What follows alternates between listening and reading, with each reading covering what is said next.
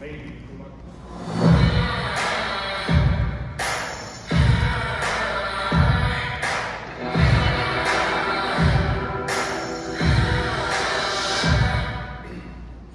That was Fiverr. Can you guys hear me? That was Fiverr. Talked about the last time I was here. It's like $30. Okay, so you should definitely go get one. Isn't that cool? So thank you so much for having me. I have no idea what he said while I was in the restroom. It was probably a lie. Who did you play for again, Jason? Camden. Who? Runs the high school for the Giants most of The Giants. That's go figure. I play for Remax now. Orange Giants. That is fitting. Man, I'm honored to be back. Thank you guys so much. Some of you guys heard me a couple years ago, and then I was here at some point, and then you came back again. That's super cool.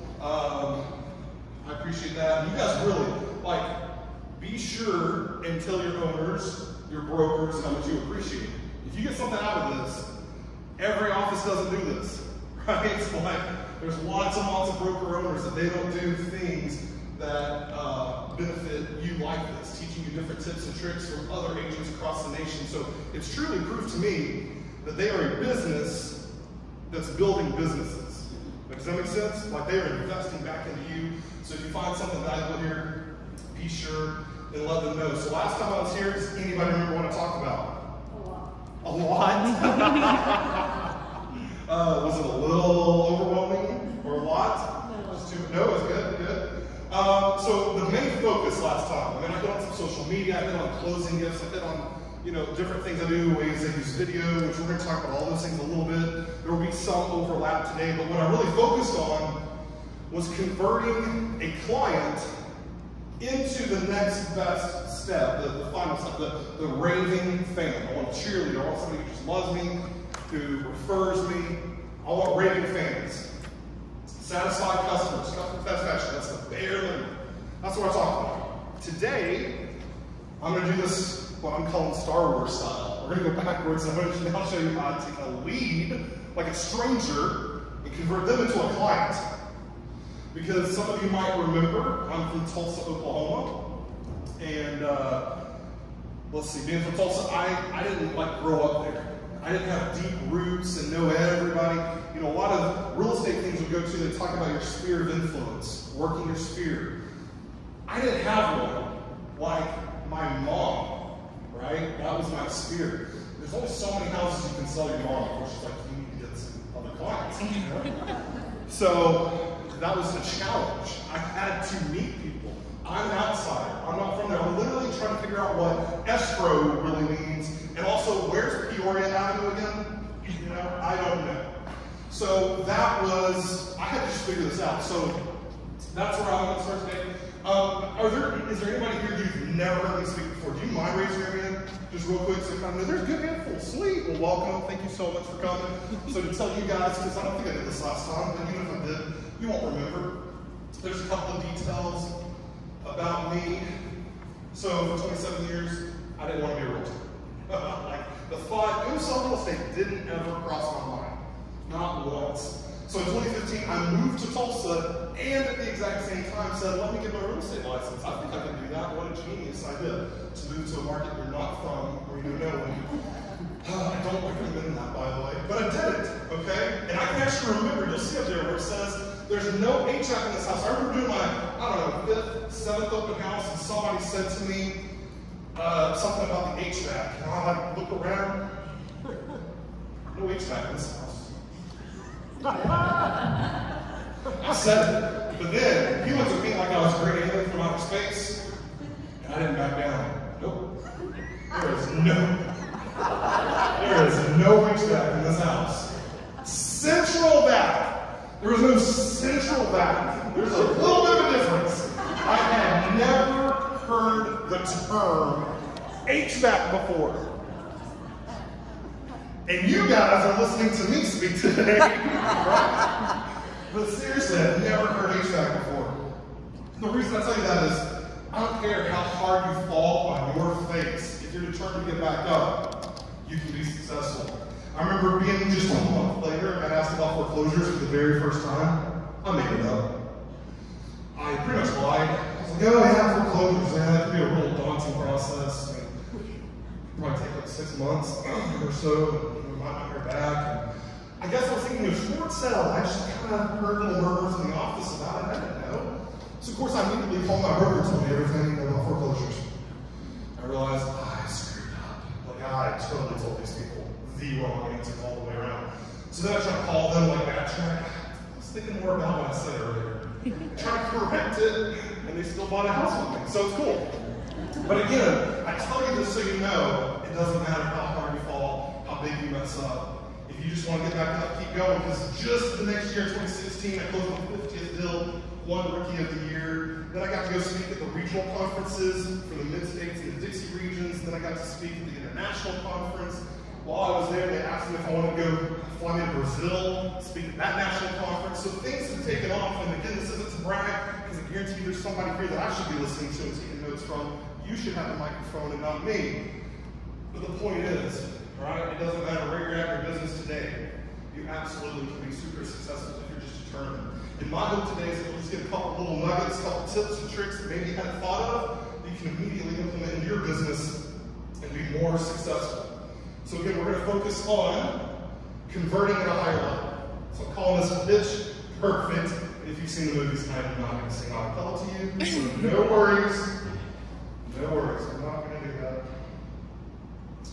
that. Basically, the point of this is I feel like I have to sell myself before I can actually sell a house. Because again, so many people, they were strangers, they didn't know me, they didn't already have built-in trust. In my early days, there were no referrals, okay? It was just working really, really hard. Sell myself before I could sell them. Today, I'm going to focus on 3 areas of business: listings. Then we're going to talk about, what are we talking about? Let's see, listings. Then we're going to talk about, just want to blank. You guys ever go blank? Right in the middle of talking? Online leads. Talk about online leads. Then we're going to talk about open houses. So those are kind of 3 areas that I'll be hitting on today. And I think we all know the money's in the listings. Okay? Are you guys experiencing that right now? Is your market wild on fire, multiple offers, going above list price? I mean, just not, okay, that's what I'm experiencing. Like last week, I got 12 offers on 3 listings, okay? I mean, it was just bananas. So the money is in the listings. We all want to build a big business, and it's a beautiful thing. When last Labor Day, I could be on the lake. It wasn't this kind of lake, it was all the lakes. But I can be on the lake, and I can sell 4 houses from a pontoon boat. It's pretty freaking epic, okay? So the money is in the listings. So, how does it start? For me, it's that initial phone call. They get referred to me, or I find out that they're interested, or somehow we connect.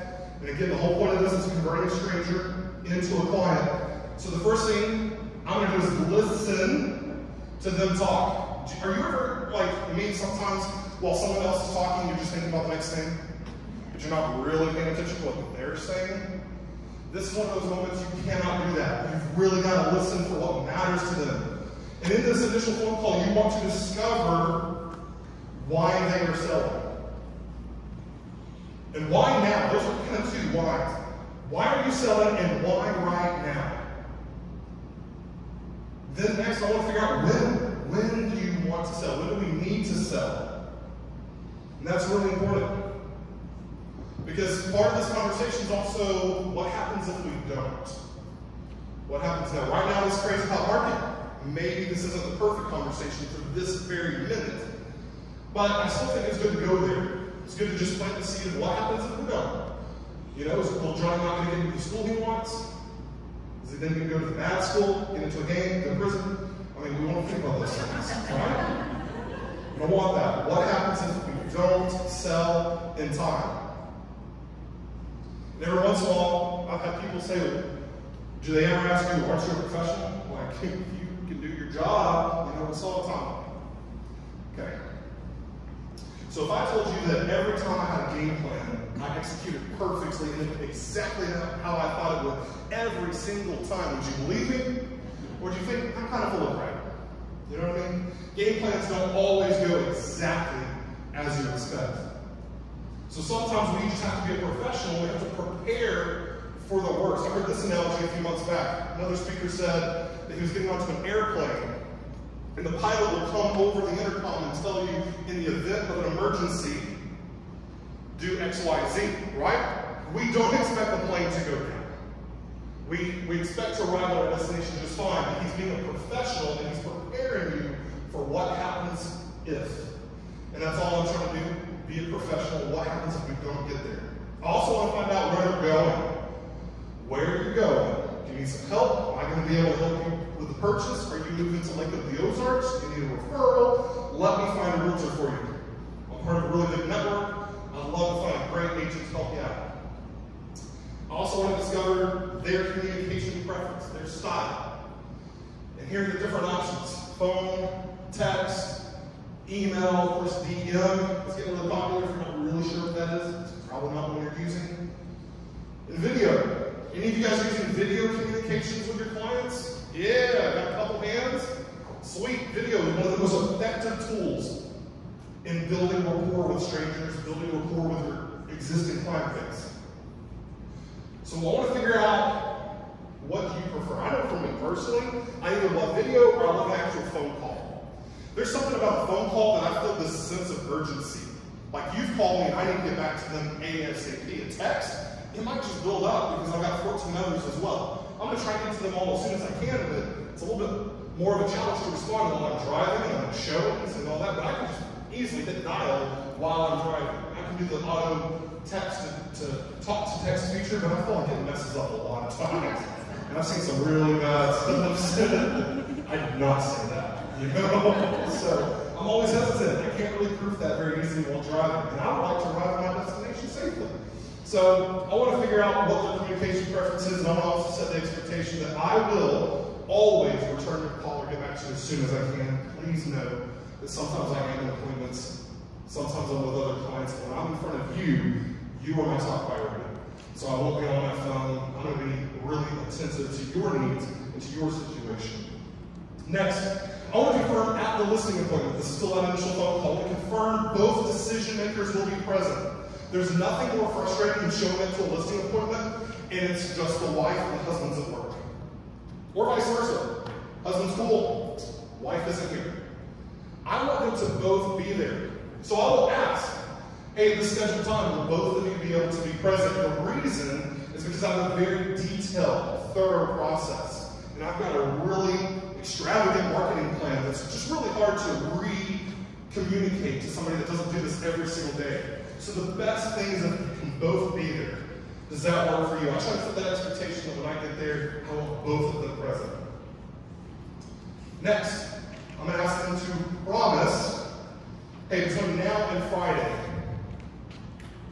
in the event that you're talking to any other real estate professionals, will you just do me one favor? Promise that you won't sign anything with them until you've at least just met with me. Now, I'm not asking you to guarantee that I get the listing. I'm only asking that you promise to not sign with someone else before you've talked to me to see what I can do. Okay? That's a really important thing. You want that bond, you want them to already feel like we're a little bit of a team, we're working together, and there's a little bit of commitment there. The last thing on this phone call is I'm going to obtain an email address. And when I obtain that email address, I'm going to ask, I'm going to tell them that at the bottom of the email, I'm going to ask you 2 or 3 little questions. But they're really important and I need your response. Your response helps me do my job more effectively. So please respond to this email. Now what's cool about this, guys, is I've now given them a task. I've now set myself as an authoritative figure in this process, right? There's a little bit of psychology to this. Think about back to school. Your teacher assigned homework because your teacher had some authority. That police officer that told you to put your hands behind your back, there's no judgment, by the way, we've all been there, okay? Seriously, what's up? What are you doing? Took the scenic route, sorry. That's okay. It's a new guy. Oh, new guy. Hey, we've all been there. But seriously, you want to establish just a little bit of authority. I'm going to send you an email. I need a response. And again, it's just positioning you for a person of authority. Then I'm going to send them the email. Here's what mine looks like. You guys want to see that okay? By the way, you're going to get a copy of this. So if you can't see it, great. I will send a copy to you. Up at the top it says, don't hire a realtor. Hire a marketing expert with a real estate license. It gives a couple of stats. Maybe this isn't your style, by the way. Don't do this. You take my idea, if you like it, and tweak it, make it yours. This is what I do. Because what I love is they're immediately hit with, okay, wow, this guy has a 98% list to sell percentage, which this year we're going up, right? Okay, this year it's probably 105 or something, I don't know. 20 average days on market. Again, this year it's probably like 3. Top 100 agents have 5,000 served in Tulsa. So they're hearing some of these things, they're seeing, and I'm not having to stand there and brag on myself. They're just naturally, they're reading it, they're reviewing it. Then I give them a personalized video. It's a 1-minute video. They get a kind of a better sense for me because again, if they're a stranger, they don't get to know me very well. I really want that. It then has a paragraph that you can read later when you get it in your email. I then have a client testimonial on the top right, that green video. It's a client testimonial, so it's another client of mine bragging on me, telling them James was a professional. James helped me through this process. He navigated the various facets of the home buying and selling process. He was a true professional. Wow, what a testimonial. And again, I'm not having to brag on myself. They're doing it for me. I then include a couple of examples. I want them to already be impressed. There's a listing video example in this email. I also give them my 7 selling mistakes. If you were here last time, I showed it to you. I'm going to skip that today since we've already done it. And then lastly, there's a Matterport 360-degree virtual tour so they can see an example. They're already seeing, wow, look at this, look at this, look at another. This is just, my hope is that when they see this email, they go, wow, I definitely have to meet with this guy. There's no way. I'm holding that promise. I'm not going to sign with another realtor until I talk to this guy. Then I've got a couple of questions at the bottom. Number 1, what are the 3 best selling points of your home? I'm literally asking them to tell me what's most important to them about their own house. The second question, what do you believe are 3 obstacles to getting your house sold? I already want them to be thinking about, well, in fact, we're back into a really busy street. They already know, right? Or we have no backyard, or whatever it is, okay? I want them to just be thinking on it. It already tells me a good amount about their house. Here's that video. I'll show you just a quick example of what I sent to them in this video. Hey, it's James, and I look forward to meeting with you soon. I wanted to send you a quick video message and let you know that I know it's a big responsibility. It's a task I certainly don't take for granted, but I've helped hundreds and hundreds of other families right here in the Tulsa Metro. And I look forward to putting my experience to work for you. I always say, don't hire just another realtor. You want to hire a marketing expert with a real estate license. When you do hire me, that's exactly what you're going to get. We're going to really go after finding the right buyer for your property. And the market, I don't see any other agent in my area doing the amount of marketing that I'm going to pour into your home, from professional photos and listing videos that look like they should be on TV. We're going to do, of course, open houses and postcards and all kinds of stuff, social media advertising, 360-degree virtual tours, you name it. So I wanted to just give you some examples so that way you can be checking these out. Look down below and you'll see an example of a great listing video, a 360-degree virtual tour, and then also my 7 most common selling mistakes. This is a video I put together for people just like you because I kept seeing homeowners make these common mistakes when they're selling their house. I just don't want you to fall victim to it. So be sure to check it out, and then let me know if you have any questions. Call, text, email me anytime. If we need to reschedule an appointment or anything like that, let me know. Otherwise, I look forward to meeting with you, and we'll definitely talk more then. So check it out. Talk to you soon. Bye. Okay, so just a really quick, here's who I am, get to know me before I ever show up. I think that I'm truly winning over most listing appointments before I ever step 1 foot on their property. Because usually I've got a pretty good phone call with them. I've already tried to make some really crappy corny jokes. And I've already tried to make them like me. Then I send them this video or this email. And usually I feel like I've won before I ever showed up. Then as far as attending the actual physical appointment, of course I'm going to take some kind of device with me, like an iPad. I think that's the most user-friendly thing to be able to show them a couple of things, or they have questions about a house, or I can just easily pull it right up. If they didn't, for some reason, see my listing video, okay, well, we're going to show it to you real quick. I've got it saved in a folder, super easy to get to. I'm going to take my seller's guide. You guys remember last time I was here? I talked to you about my seller's guide. When you open this thing up, okay, it's 18 or 20 pages worth of info, but I've also got an American Home Shield brochure. I've got my photographer's brochure. I even have a sample postcard that I mail out, which we'll talk about here in a minute. So they're already seeing some really cool real-life examples.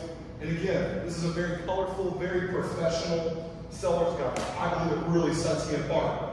It's a great leave-behind piece, so they can review it later after you're gone. Of course, I'm having the paperwork with me, comics, tax records, the last date sheet from the last time it was listed in the MLS. I'm going to take a listing agreement with me. I'm going to take that with me. I'm going to make sure that we get that thing signed before I leave. I'm also going to take a copy of the disclosures for you to fill out. Now, some of the other paperwork, I'll send that to them electronically, okay? But I for sure want a listing agreement with me and the disclosures with me. A little frivolous paperwork, I mean, it's important, but that can be, sorry, Jeff. You're like, oh gosh. Oh gosh. No, it's important. I get it always done on time. But I'm going to make sure I don't leave their house without a listing agreement and at least leave behind a copy of the disclosures as homework. Okay? That's my strategy. And of course, the sign in the key box is I'm going for the listing. I'm not showing up to hang out for an hour. It's business. I'm there for a reason. I'm going to do my job and I'm going prepared. Hopefully you do the same. So, the actual process, once I arrive at the house, first of all, please arrive early. Please arrive on time. I mean, it's crazy to think some realtors might have a 10 o'clock listing appointment show up at 10:05, 10:10, something like that. Like, I know if you're showing up to my house for an appointment, you've already been fired. In fact, I'm probably not even going to go through the appointment. Okay, maybe I will, because I'm not a total jerk, but you've lost. No, I'm good. I'm good. I want a professional to list my house. It's really great. Like, oh, I'm busy. Really? You're busy? You're so busy you couldn't get there like 5 minutes early? Like, really? That made a big difference? You're trying to earn a commission. Build your business. Then I'm going to do the tour. I'm going to take a home tour. I heard this earlier this year. Somebody said whenever they go in, they brag about the house, pet the dog, whether or not you hate dogs, it doesn't matter if you love that dog. Right? You get that, oh, hey, rascal. Right? Let them get hair all over you. It doesn't matter. And he said what he does is, well, okay, I'm just he said he Stevie Wonders it. Okay? He's looking all around. He's not making eye contact with them. Brag about the house, and you're going to ask this question. Who's going to show me around this house? Who's going to give me the tour of this house without making eye contact? Because that is going to tell you who the decision maker is. Right? Because one of them's going to immediately step up and say, yeah, I'll take you on a tour. Or they're going to look at the other spouse and kind of wait for a little nod. Yeah, go ahead. That's the decision maker, right? So now you know who to focus on. Have you ever gone through an entire appointment, buyers or sellers, and you focus on kind of the wrong person? You think this whole time Josh is the decision maker, and then you realize it was Alicia. Alicia was the, yeah, I just went through that. I just went through that with some buyers in mind. Okay? Totally thought he was the guy, a bro. We're figuring this out. No, whoa. All of a sudden, where the hell did you come from? You are married? I'm just teasing. But, like, seriously, focus on the right individual. So, you show up, you love the dog, Stevie Wonder, who is going to show me around this house? Right? And you then know who your decision maker is. You know who to focus on. Then, as you're going through this tour, you're going to fuss or brag or compliment the things that are most important to them. How do you know what is most important to them? You asked. What? You already asked. I already asked. They've already responded to my email and told me the 2 to 3 the best features of their home. I am going to compliment them. Oh my gosh, I love that fireplace. That is absolutely gorgeous. Oh, your outdoor kitchen. This is I can just see myself. You want to just go and get some burgers now? Let's just go ahead and see what this feels like to really live here. No, don't do that. But I'm really going to compliment those things. I'm going to make a big deal about what they told me was important to them. I'm not, however, going to pick apart the things they told me that were the obstacles. Hands off. That tells you what not to talk about. They already know it's a problem. They already know it's a thing. If they ask about it, let's talk about it. I am not going to insult them or add insult to injury. We know. We know that you back up to the busy road. We'll deal with it. Okay? I'm not going to bring it up. As I'm going through here, let's see. Yeah. So the next thing, staging and prep advice. Right? Most often they're going to ask you, what do you think about this wall color? It's churches. Right? Red it was really cool in 2002. But the all red living room, research tells us it's really not what buyers are looking for. Now, did you guys hear that right there? Research tells us, right? Wasn't that really, really smooth? Research tells us, you know what? Oh my gosh. I don't know. Whatever other feature it is. Those, I don't know, curtains, right? Those really outdated curtains. I have not personally seen buyers loving that type of decor. I would recommend personally go to TJ Maxx or Ross, buy an inexpensive, trendy set. All you can do for you, pick it out, leave it at the front register for you. Put your name on it. So offer to give them advice, but remember that little phrase. Research tells us, okay? It's a really good one. Or I've not seen buyers being attracted to this or that.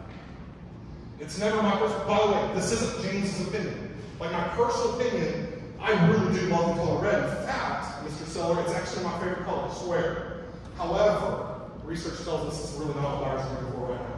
They're really wanting X, Y, Z. Give them something a little more trendy. Next, I'm going to pull out my seller's guide. I'm going to pull out the marketing plan. All right? Now, can we do something that's going to feel weird? Just trust me. Go with it. Well, everybody just close your eyes. Close your eyes. You can even bow your head if you want. Act like we're church. Okay? Nothing weird. Just close your eyes, though. Close your eyes. I still see somebody looking at me. That is so weird. I can see you, by the way. I'm literally staring at you. All right, so with our eyes closed, I want you to raise your hand. Nobody looking around. If you have a detailed, written marketing plan, put your hand up really quick, really quick, really quick. Okay, hands down. Okay, we can open our eyes. I would say it was about half the room.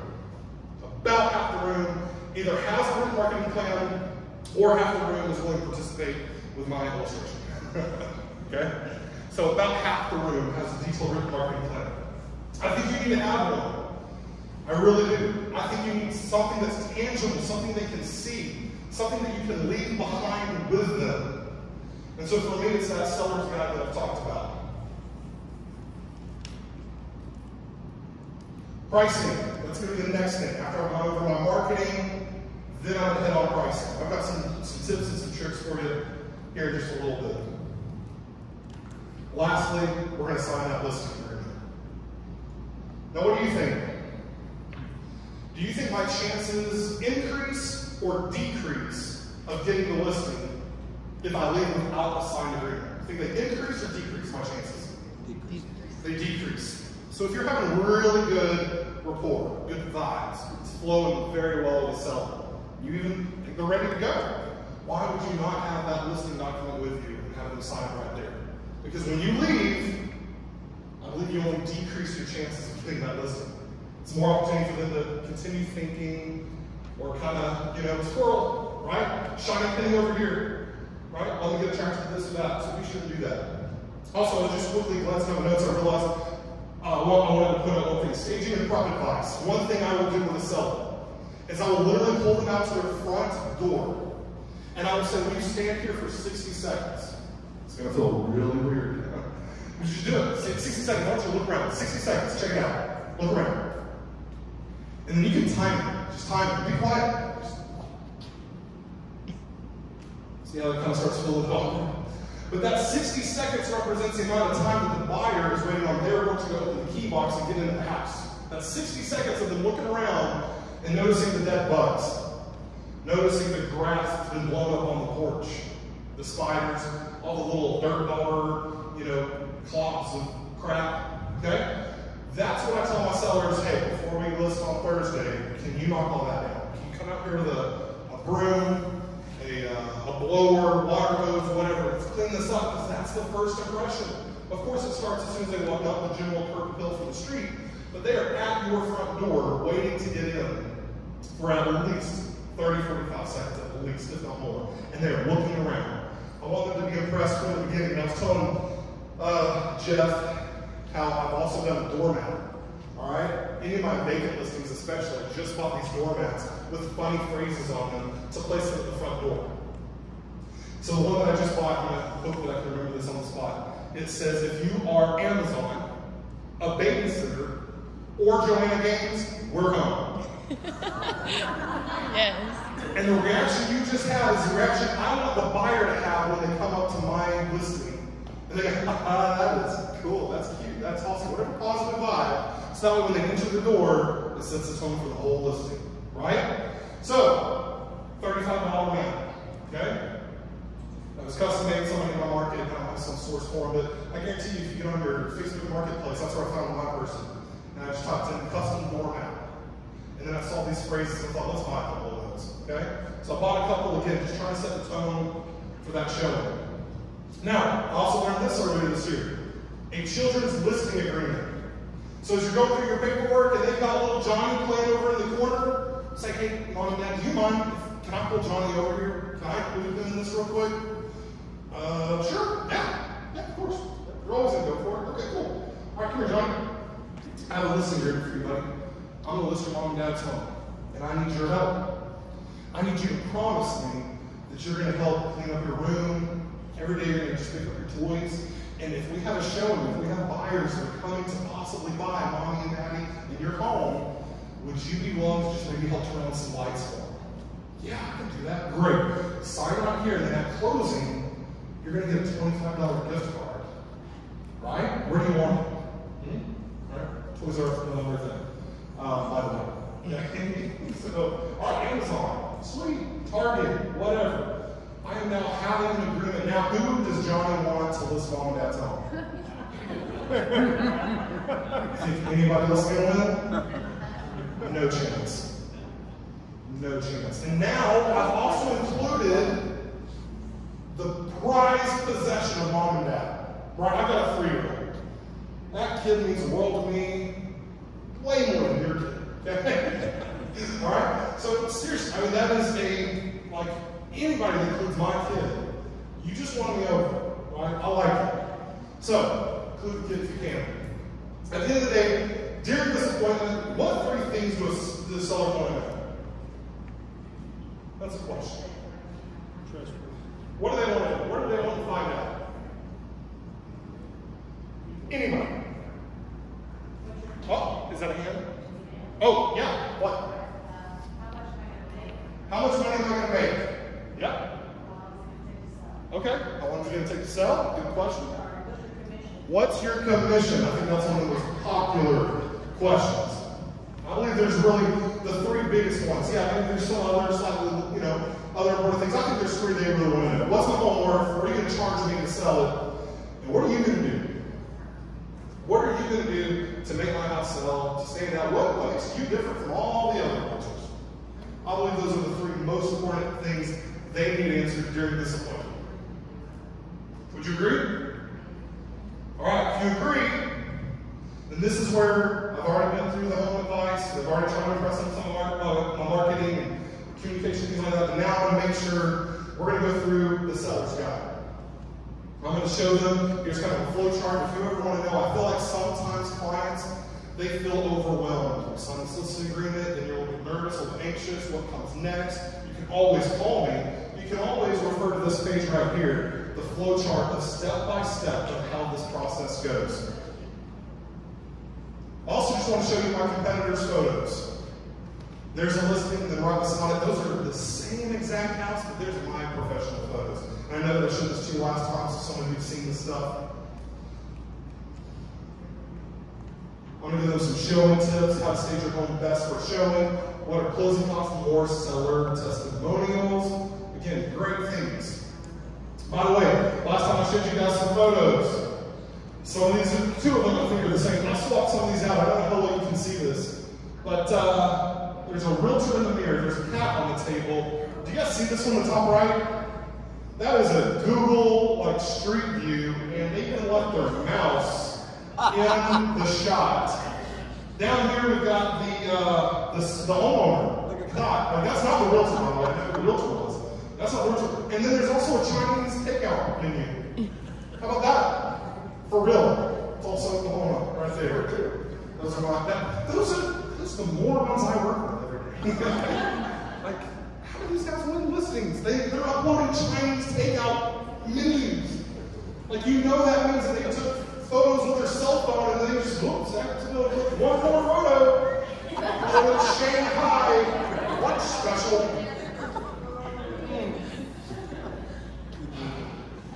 So of course I was me. And I do what I do. And I texted her saying, that's if I get ordered with R3. Shouldn't think it was as fun as I thought. So don't do this. Be a professional. I'm not going to tell you who did this, but at the end of the day, don't do that. Okay? You are a professional. So these are what my photos look like. Just a little bit of difference. This is what I'm going to do, Mr. Seller, to stand out. You want to know what I'm going to do differently? I'm going to have the best photographer I can find. And then these photos that we take, I don't just take his photos, I then send them off to Box Brown, which I might have talked about last time I was here. It takes a stormy, cloudy day and makes a nice sunny bill. That's a much, much better looking photo for $1.60. Or, hey, you were listed previously, and this is about what it looks like. My photography's a little bit different, but you know, it's an expired listing. I don't know if you ever list expireds. It's kind of almost become one of my expertises. That's definitely not right. Anyway, it's become one of my areas that I do. I do a lot of expireds.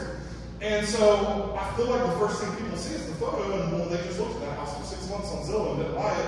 What can I make it do to make it look different? Here we go. $4. Same house, just make it look different. Try to make it look interesting, engaging, and attract somebody. We've also got some item removal, some virtual staging. They do this all at boxbrownie.com. Now, of course, those prices go up for those type of services, but you can have, every single listing I get, their exterior photos go through Box Brownie. It takes on average about 5, maybe 8 or 10 hours at most, $1.60 a photo for just image enhancement. Green sky, beautiful, green grass, beautiful sky. Box Brownie. All right, what am I going to do different? Mr. and Ms. Seller, I'm going to hire a professional videographer to come in. And I'm going to tell a story about your home, and I'm going to sell it. We're going to then do a marketing campaign on social media, targeted ad campaign. And here's just one of my quick examples. This is definitely different from last time. I just did this house in January or February this year.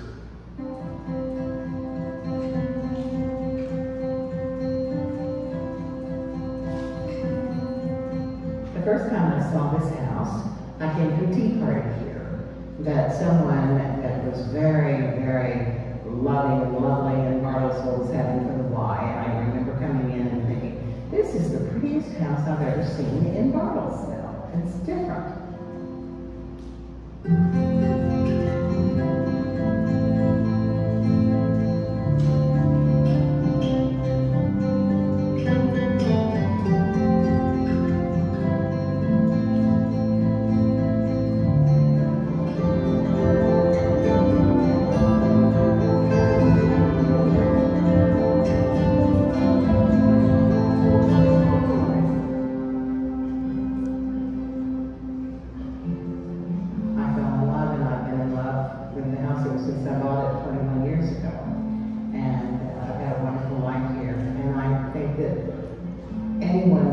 Feel that love that's permanently imbued in this house. I'm James Wood with RE/MAX Results, and Nan has given me the task of selling her lovely home. Call me today. Let's schedule time for you and I to meet here. I'd love to show you the beautiful backyard, the sweeping staircase, and so many other amazing features. Give me a call, and I look forward to talking with you soon.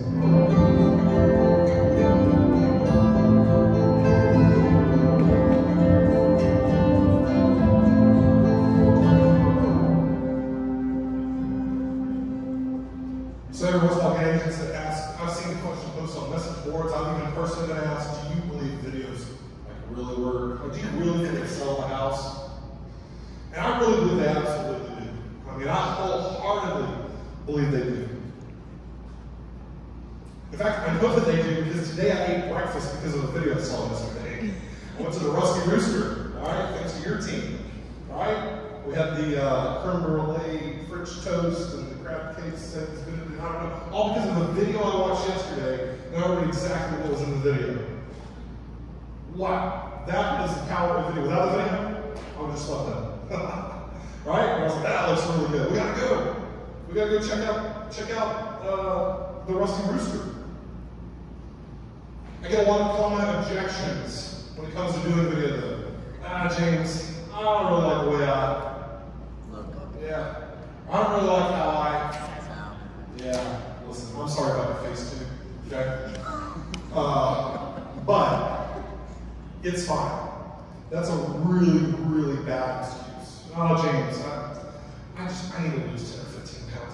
No, you don't. No, you don't. You're fine just the way you are. Those excuses just don't work for me. In fact, from 2018 to 2019, I tripled my listing business, and the only big difference, I started implementing video on every single listing. Okay? Now I know again, houses right now very unusual. They're selling so fast. It's still exposure, it's still marketing, it's still getting your name out there, and you might be attracting people that wouldn't have seen you otherwise. So, do videos actually sell houses? Maybe not. But I'm telling you, this house right there was almost $600,000 in my market. That is huge. Because I'm in a market that the average is 180. 180 is the zero. So you're like, oh gosh. I don't know. What's the average here? Just out of curiosity. Just average. Roughly.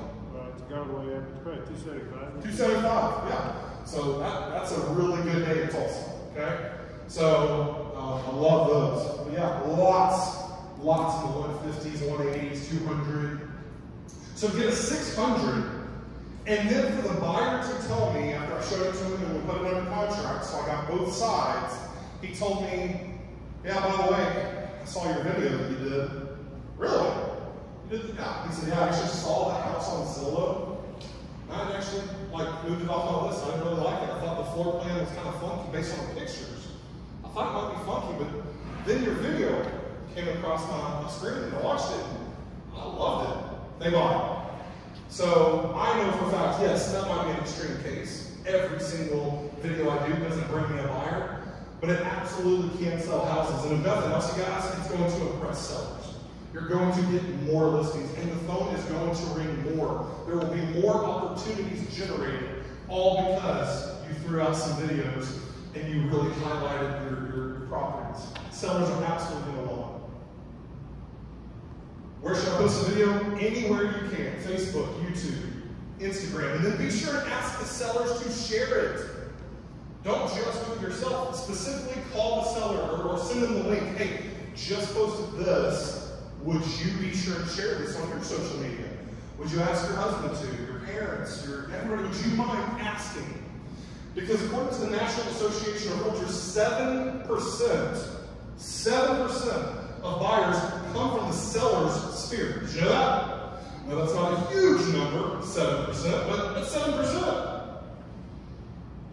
I'd love to be part of that 7%. Man, they share that video. They share the post on social media.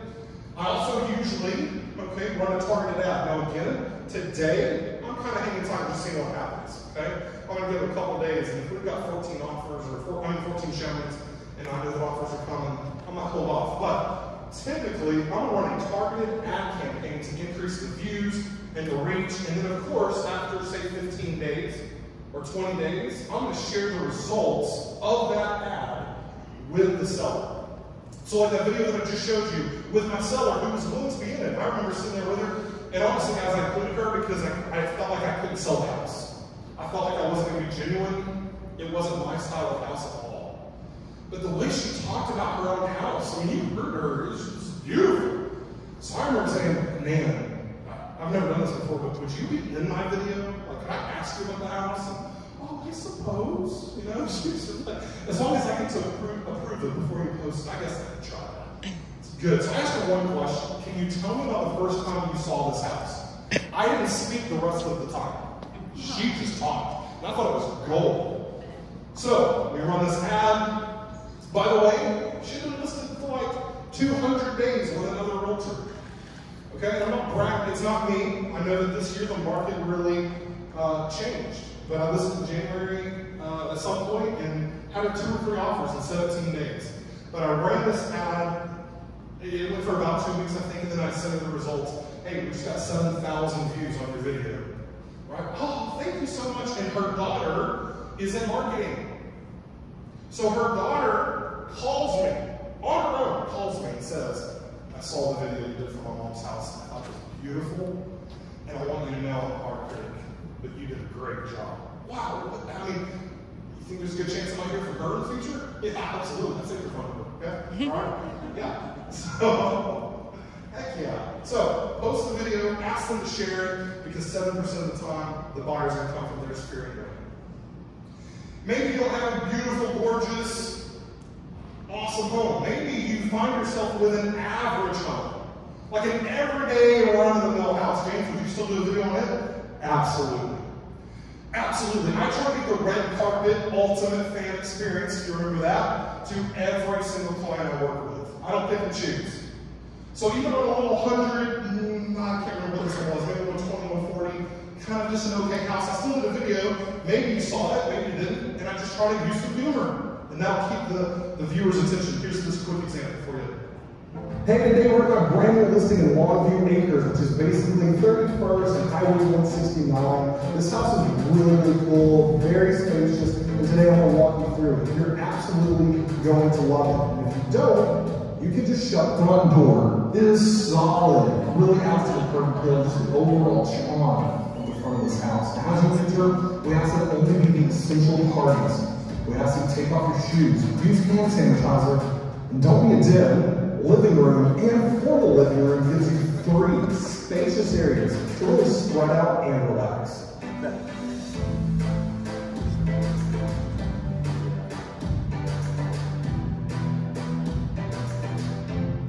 And this home offers over 2,100 square feet. If you don't think that's big enough for you, what the French toast is going to taste better coming out of this budget kitchen with granite refresh cabinets.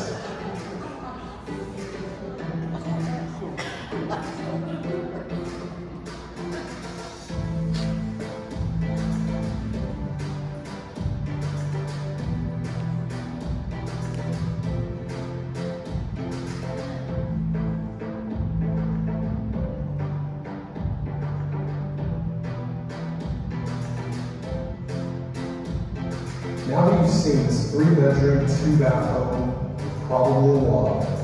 And if you're not, then you can kiss my asphalt shingles appear to be in great shape for plenty of life left, as well as the HVAC unit, which is just about 2 years old. This house comes with an extra concrete driveway equipment for parking your boat, your camper, even a fully fenced-in backyard. So bring the pets. There's no cats. Nobody really likes them.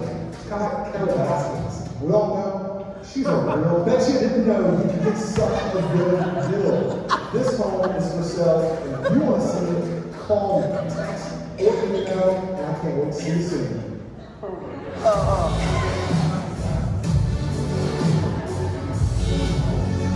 Average home.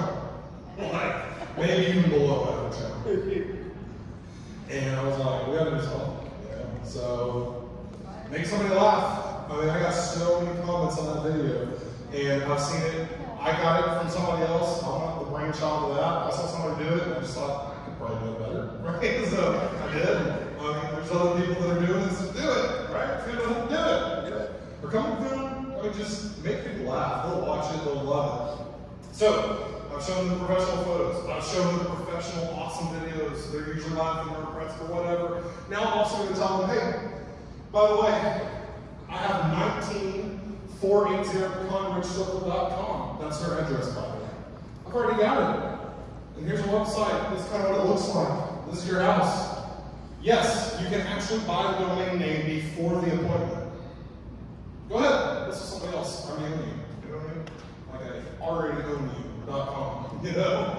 So maybe you want to do the address.com. Maybe it is in Lakewood Estates, and you notice that, wow, that is available. LakewoodEstates.com. Or I've bought BixbyHomeForSale.com. whatever.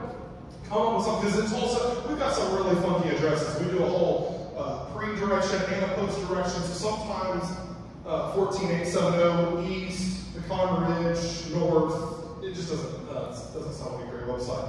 So sometimes I do other options, or maybe it's by the district, midtowntulsa.com, you know, or whatever, right?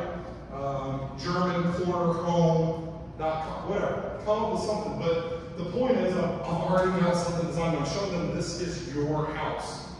Okay, well, the photos from the last time it was listed. Just give me a quick example. I think it's best for them to see their own house. That's usually more impressive than just showing them an example of something you did for somebody else. Of course, I don't already have a video of my house, but I will put a video into the website of another house that I've done just to show them this is an example of what your website is going to look like. I don't think most realtors, like I think there's a lot of companies that our companies can generate websites for our listings. There's lots of property websites out there, but I don't think too many realtors take it the next step and connect that website that's been created for us from our awesome company and then connect that to a personal, custom domain. So I think taking that next step, show them that, no, I'm covering you on the internet. Also, I mentioned to you about postcards in my packet. It's approximately $75 for 100 of them. And this website, 3clickpostcards.com, if you go there, they've already got your logo, and it's like online. You can design this postcard in less than 5 minutes. And they mail it out for you to the 100 nearest, closest properties in proximity to your home. So I don't have to pay for a list of addresses. I don't have to worry if they're updated or not. I don't have to do postage. I literally make sure that it looks correct online. It takes about 5 minutes, and then I give them my credit card. And I hit submit, and I'm done. And then they mail me one, and I make sure that they mail the homeowner one. And I usually get a text or a call the day that they receive the mail going, thank you, that postcard looks really nice. Usually it's looking good, right? So again, it shows them that I'm doing what I can, I'm doing everything I can do. I've covered you on social media, I've covered you through video, I've covered you through mail. I mean, there's not much. In fact, I had a hard conversation with one seller. This was, again, pre-COVID. This was probably a year and a half ago. And his house just wasn't selling. There was no reason. Maybe you've been there. There's just, I don't have an answer for you. It looks nice. We professionally staged it. Professional photos, video, virtual tour, postcards, you name it. And he was getting ready to hire another agent, right? Unfortunately, as I mentioned, the game plan doesn't always execute perfectly. And I just told him, listen, let me ask you just one question. What is the other realtor going to do that I have not already done? And if you answer that, I'm good. Go. I wish you the best. You got my blessings. But I've done all, there's nothing. You're right. There's nothing. And luckily I sold the house out 2 weeks later, okay? But, whoo, that was close, right? So it shows them that you were going above and beyond doing everything you could possibly do. Now, when it comes to pricing, sometimes this conversation can be a little uncomfortable. I usually start out by asking them what their expectation is. I've already got the data with me. I've already got printouts. I've already kind of determined what I believe your home is worth. I'm just curious, before we go there, what do you think your home is worth? I just want to see how close we are. Every once in a while, I think we get lucky, maybe, and their expectations were lower. It's like, yes, I've got good news for these guys. I'm going to get you 20 grand more, right? But unfortunately, most sellers are not living in reality. Have you ever found that? Ever? Yeah? Okay. A couple people. I'm so glad it's not just me. It's also going, no, you're nowhere near me. Okay? But I want to ask their expectations. I'm then going to go over the CMA with them. I'm going to then pull out the detailed photos and codes of those houses. I've even got my iPad with me if we need to go for additional details. We're going to have a thorough conversation about the comps.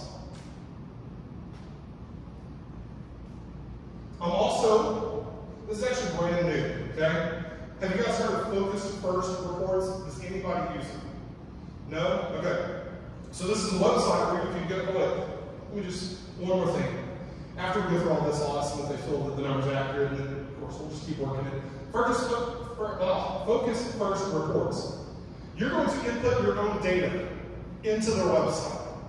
Comp 1, Comp 2, Comp 3, whatever. You're going to input the data. It is then going to produce beautiful, colorful reports that you can show the seller that if you list at that price point, you have a 68% chance of selling. Right? You're too high. It's based on the pendings and the close. And again, you're going to give it the data.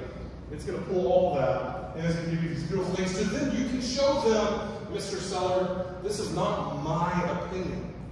Like, this is science. This is data. Using all kinds of things that kind of mentioned there. What do you believe? Just out of curiosity, I believe there's 4 factors that determine a house selling. I'm going to call it the sellability. I don't really know if that's a word. We're going to go with it. It sounds good. There's 4 factors. What do anybody want to give me a thought on what 4 things really determine if a house will sell? The condition of the house, absolutely. Condition is very big. The location, it's all about location, location, location. There's 2 more, I think. The price. Exposure. And then lastly, I can't hear you. Exposure. I believe the last one is the amenities. Like when they're looking for a house, my question is probably not worded the right way.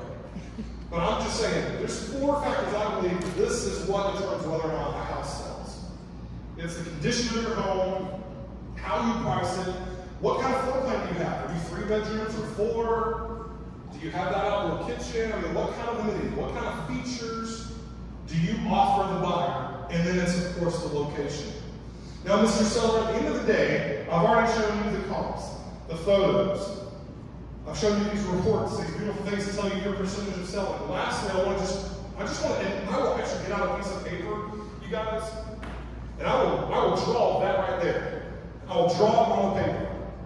And I will say, which ones do we control? Because your amenities, you have a floor plan. We're not going to go adding more bedrooms, right? More bathrooms. Some people occasionally do, but that's not common. That's very rare. So we can't change your floor plan. This is what's here. We also can't change your location. It's pretty hard to pick this house up and move it. So we're really left with the price. That's all that we control, and the condition. Are you willing to dump in $20,000 into this house? The answer is no, then we control the price. That's it. Or, okay, I can get you that price. You're going to need to do X, Y, and Z. You need to go install that $50,000 brand new pool. Might help us get $20,000 for the house. I don't know. Like that's where it really boils down to. So I'm going to have those conversations with them. Then I'm going to ask them, do you still feel that your number is accurate?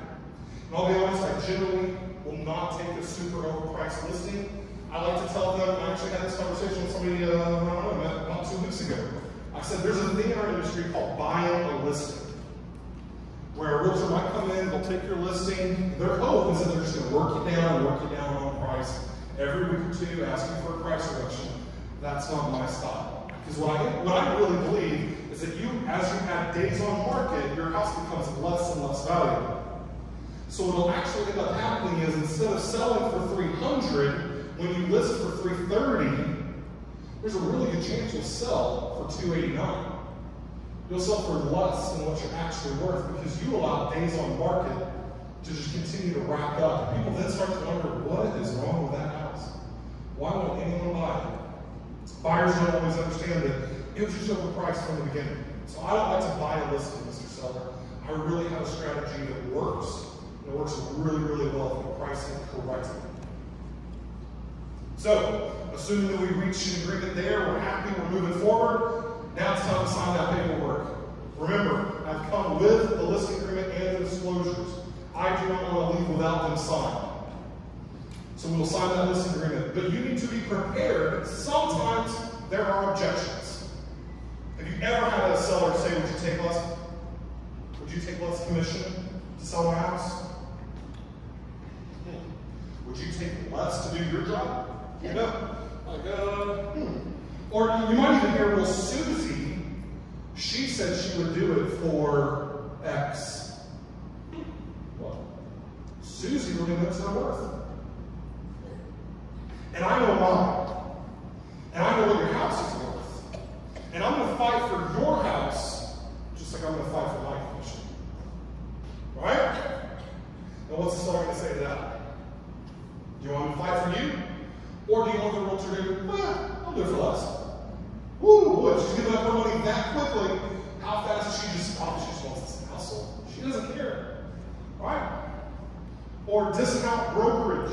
They'll do it for X. Now, in my market, I don't know how it works here, we do have a discount brokerage.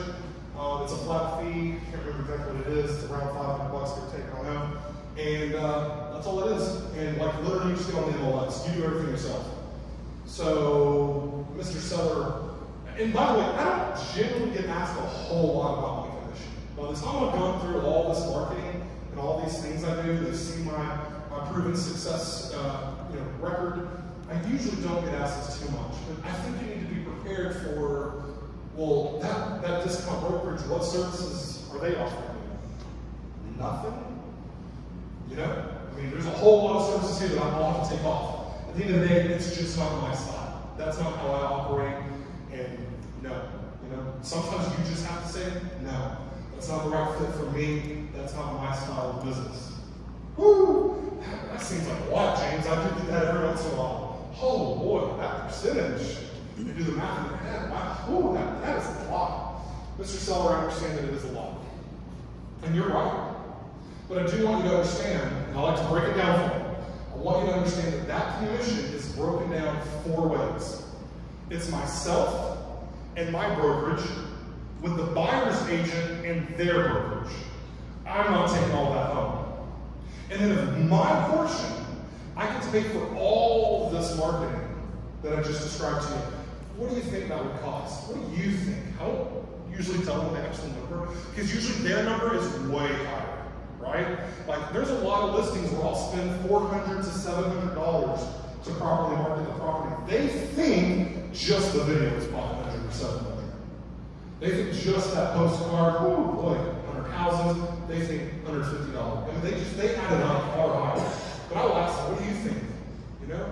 What do you think I'm spending there? So that comes out of my portion. And then, good old Uncle Sam, he certainly will take his portion of my commission too. So at the end of the day, I'm making $12, okay?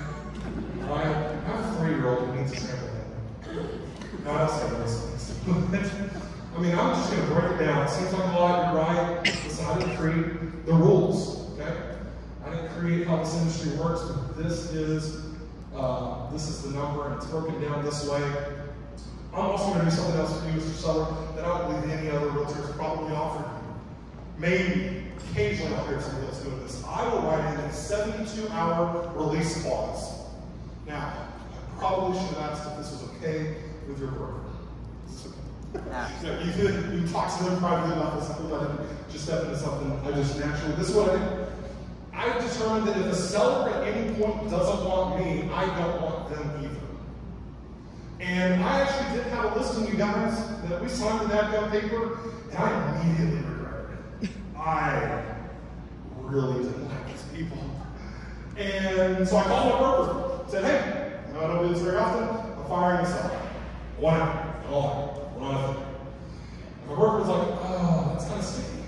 Because we signed a listing agreement. We don't really have the, probably pass it off to somebody else. We can talk, there's just some discussion. What do we do? So just to cover myself, I've now written into my listing agreement that the seller or the listing agent may release this listing at any time with 72 hours notice. That protects me if I need to fire them, just to make it abundantly clear, but it really does also give them an out. And I like to say to the seller, Mr. Seller, I don't ever want you to feel like you're held hostage.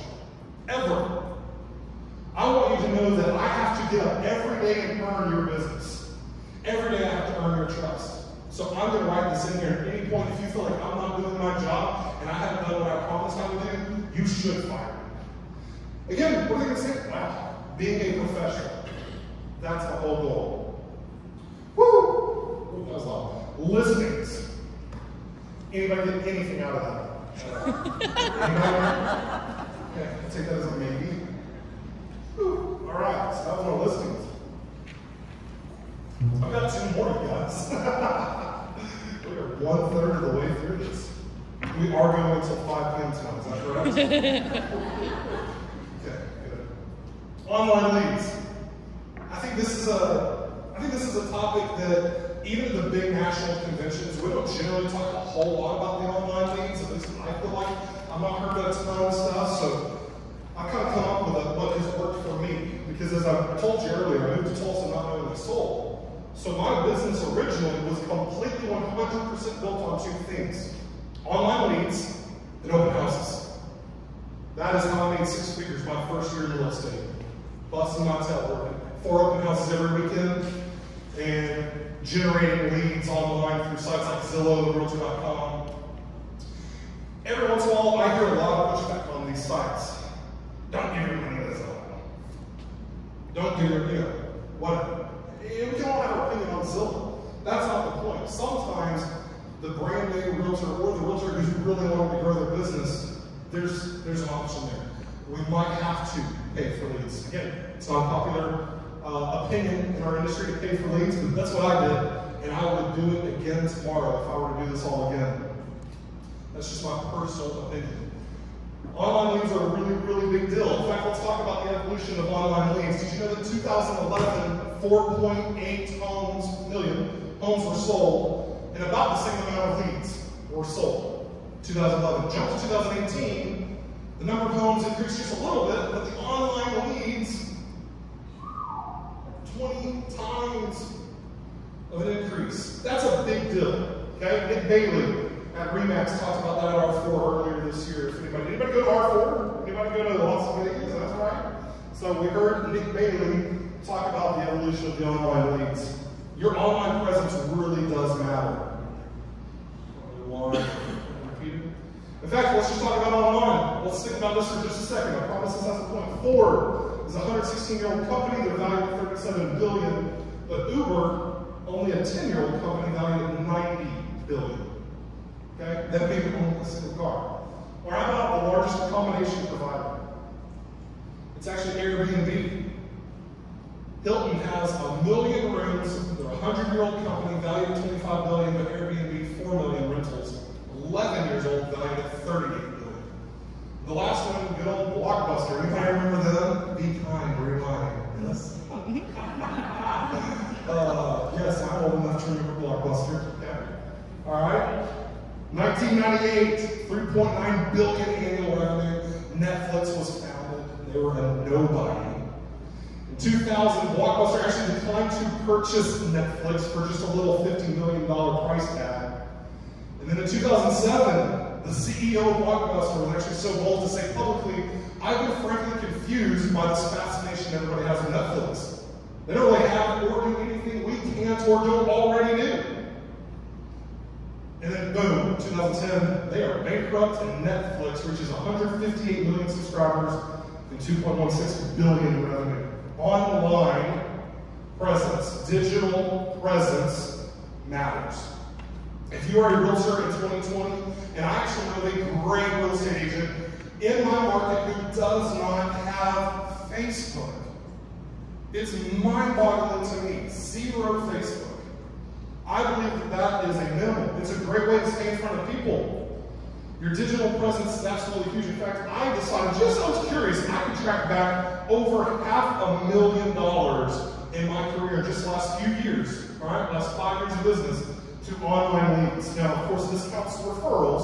So if I get Lauren, and she refers me to her brother, I can do it almost because I converted Lauren on Zillow. I would have never met her brother, right? So over $500,000 since 2000, I guess, or 2015. One little trick I do, if you choose to do online leads of any sort, I have an autoresponder that I thought was pretty clever. It goes straight from my CRM or my lead source, and it says, Mark, thanks for trusting Realtor.com. So it already kind of sounds like it's Realtor.com saying this.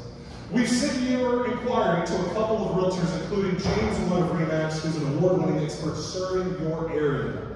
You may contact James directly at 918 blah blah blah or his email. That was sent to him within 1 minute of him doing an inquiry. I hope to be on my phone and get to it quick enough to call him myself, but what if I'm here speaking at Lake of the Ozarks and it takes me 3 hours? At least he knows within minute number 1, all right, well, James is an expert in my area, he'll get with me soon, or hey, also make a little quick. You're swimming. and he can now call me directly. That was something I came up with a couple years ago, and I feel like it helped. So if you have an autoresponder, instead of doing, hey, when's the best time to call? That's what the autoresponders format is when it comes from the company, right? If you use any kind of CRM, I've generally seen it say, when's the best time to call you? What if he says right now? He thinks you just text him, he responds right now, and you're in a listing appointment. And if you're not on your phone in your listing appointment, it takes you an hour or 2 hours to call him back. Mark's thinking, what's up with that guy not responding to me? So I think this is a great way to touch base with him, the very first impression. I think as far as online leads, the hardest part is truly picking up the phone. Is there anybody willing to kind of raise your hand and say, I really love talking to total strangers on the phone? I hear that all the time. How do you just pick up the phone and call them? I don't know. This game is James. I mean, it's very natural for me, but I'm a people person. If you're not a people person, you need to drink some coffee, mix it with your Red Bull, chug it, make some calls. You need to get a little happy, woo, wake up, right? And make a phone call. It's that simple. And if you are a monotone individual, hello, this is James, how are you? I got an inquiry. Not going to work. Online things might not be for you. Because generally you have to pick the telephone and call them. And you need to act like you're so excited to talk to them right now. Caitlin, how you doing? It's James Wood over at RE/MAX. I just got your inquiry from Realtor.com. How you doing? I'm excited. Usually, hey, you're all right. Thanks for calling me so fast. Absolutely. So I saw that you did an inquiry on 123 Main Street. I wanted to find out if you had a specific question about it, or were you just want to set the time to go see it? I want to get in front of Caitlin as soon as possible. Like ASAP, I want to get face to face with that lead. On the phone is good, and I can usually convert pretty well on the phone, but I know when I get them in person, my chances greatly increase. Kind of like that listing agreement. They greatly increase if I go for the sign right now. If I wait till later, we'll see. I'm going to go in right now, and how soon can I get in front of them? I want to be the first to call. I've read a lot of places online, they say call within 5 minutes. I think that's wrong. I think you should call within 4 seconds. Like the second you see an inquiry come in, like I have stepped out of so many events, a little birthday party, I'm at a concert, whatever, and I go find the nearest place I can possibly get some quiet area, and I'm calling. I've stepped out of a lot of stuff to try to make those calls. Like I said already, be awake and alive, mix your Red Bull with your coffee. Make sure that you call every single lead. This is also a big mistake agents make if you're doing the online leads. I received a $52,000 inquiry, which even for Tulsa, that's low. Okay? And I gotta be honest, wasn't real excited about making a phone call. But I was like, home myself, how can I help you? What are you looking for? I just wanted to see if I could be of assistance to you. We started the dialogue. We quickly realized that property they did inquire on was not the right house for them. Okay? How can I help you? Well, we actually need to sell our house. Great, where are you located? And when they told me their subdivision, I knew, okay, that's a good subdivision. So, okay, well, let's keep talking. Next thing you know, I list their $250,000 home and help them buy at nearly the same price point in a different community that I also serve. Over $450,000, nearly $500,000 in sales came from a $50,000 to $55,000 lead. Do not judge a book by its cover.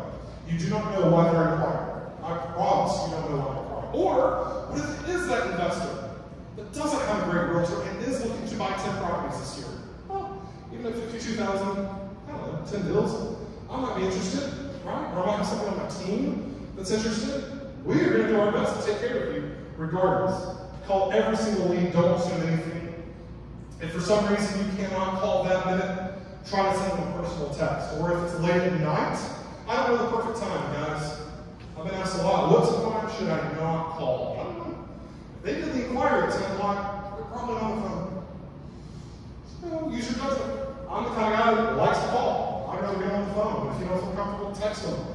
And do the same thing. Hey, this is James, just got your inquiry. Wanted to see when the best time that I can meet with you. Okay, would you like to go see that house? Maybe tomorrow? I have some availability. Let me know. Try it out. Whatever you do, do not pester. Don't annoy them.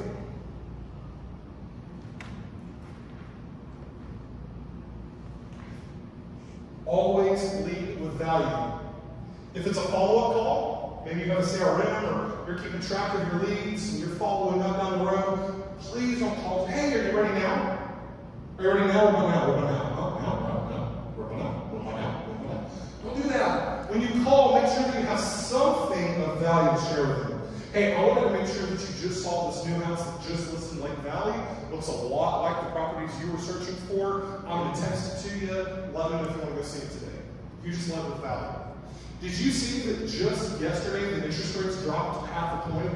That means that a house today at the exact same price point is going to be a whole lot cheaper. Over the course of the 30-year loan, you're going to save thousands of dollars.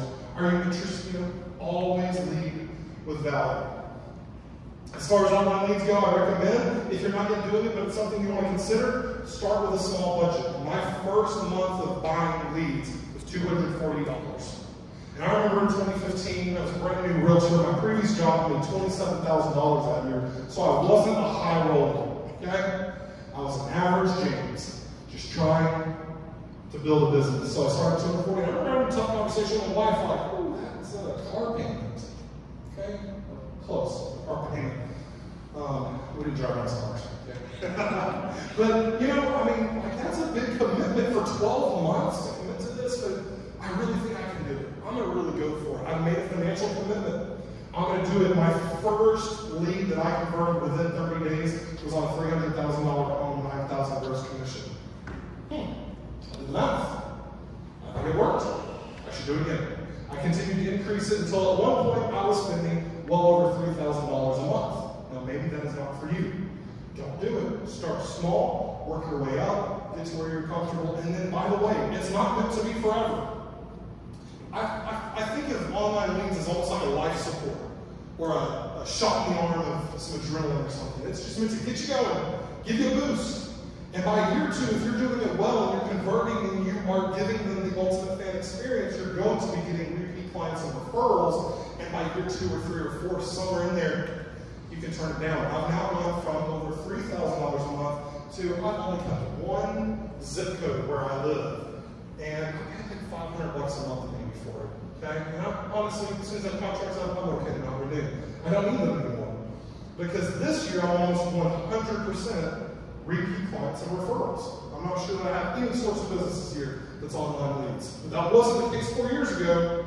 I was spending $20,000 and $30,000 a year to make $100, $120, $130 a year. Okay, so the return was there. So start small, increase over time. I believe in this phrase, conversations lead to conversions. My whole goal of this topic today is to convert at a higher level. And it all starts with your conversations. I believe if you're the expert and you lead with information, education, you're always going to be successful. You're going to convert more clients. So I've given you a handful of topics. These are my most common go-to topics. I like to discuss the benefit of a buyer's agent to that online lead. Maybe I'm talking over the phone, maybe I'm now at the house, I'm in front of them for the first time. Are you working with a realtor? Now, I might not ask them that on the phone, because I want to get in front of them. No, I don't really have a realtor. Good. How do you do? Here's my card. Here's we've kind of been working around. Okay, so you don't have a realtor. Got it. Here's my card. Right? So just gauge their answer. But I'm going to try to get in front of them. And I'm going to tell them the benefit of having a buyer's agent. And did you know that you don't pay a dime of commission? I'm completely free no matter what you want to purchase. I'm here to help you. In fact, I can help you with any property. Did you know that if you want to go see it for sale by owner tomorrow, I do those too, and they'll never pay me a dime of commission? Oh, you want to go talk to a builder? Super Easy Construction. They actually include my commissions, so again, I'm still free. I'm ready to go. Which builder do you want to talk to? I recommend XYZ builder. Have you met with anybody yet? Have the dialogue, give them value. Out of curiosity, do you have the pieces of money? There's 5 most common pieces of money that I want to make sure you're aware of and that you've prepared for. The first is earnest money. It's due the day we actually go under contract. Are you prepared to pay for inspections? Okay, I want to make sure you've got that in your savings account. Then, with a loan involved, we've got to pay for an appraisal. And then in closing, once we get all the way to closing, 30 to 40 days after a contract, we're going to pay our closing costs, and you're going to have a down payment. Are you prepared for those? Now, there are a couple of ways we might be able to get around some of these. Depending on the market, we might be able to get the seller pay it. Obviously, today I'm not having that conversation. In my market, there's no seller payment concessions. You're paying above list price almost every time. Or, I mean, at least full price. But in the past, I've had that discussion. Okay, you need 100% financing, maybe they're a VA, or you guys have a little development here? Hawaii? Nope, okay. So, we have a certain kind of loan product in Oklahoma called World Development, and it's 100% financing. So, I go over these things. Let's make sure we have these pieces of money figured out. Also, I want to explain the cost versus value concept. I think this is important to buyers or sellers. Okay, cost does not determine today's value. And what I mean by that is if I give you a house for free, tomorrow or a year from now, you're going to turn around and you're going to give it away for free too? Probably not. The average person is going to sell it for what it's worth. Now, at the same exact time, if the current owner overpaid for their house, they paid $350, it's worth $300, are you going to be a nice guy? Pay more for that house just to help them out? Heck no, you're not. So therefore, we just confirmed the cost of something does not determine its value today. What determines its value? The market. Like I don't control pricing, you know? That's one important thing I meant to hit on when we were talking about listings. I like to tell the seller, I don't do this. I don't control. The market does. Okay? And same to a buyer. Oh, well, they only paid $170 for this 3 years ago. Why are they asking $205 today? Because it's worth it. Let's go look at the cost, right? So cost versus value. I'll take that conversation. Benefits of a pre-approval from a local lender. You guys ever had a really bad lender at one of those big national companies? It's just a wreck. I highly recommend Jason, local lender right here in Tulsa, great guy. Already went over the no down payment options like World Development, bond money, VA. Also, I can help you with a free custom home search. What you're looking at on Zillow or Realtor.com, it's somewhat accurate, but unfortunately there are a lot of errors made on those websites. I've got access to the most accurate data. Would you like a free home search set up? Almost every time, yes. Lastly, I like on home warranties. Have you ever heard of one? This house kind of has an older air conditioning unit, but it's working. So if it's working, it's kind of hard to ask a seller to replace a working unit, right? You would want to if it's working. So we might discuss a home warranty. I'll give them all those options. Again, it's showing that you're an expert. You know this field top to bottom. Conversations lead to conversions. Now, if I was on the phone and I really want to impress them, I'm going to send them one more thing. I'm going to tell them, hey, listen, online you do want to be careful. There's a lot of bad information out there. Let's see. Whoops. I'll be jumping ahead. Okay, we'll get to that in a second. Sorry. Reasons to get pre-approved. So, I feel like when you have reasons to get pre-approved, they can't be about you as the realtor.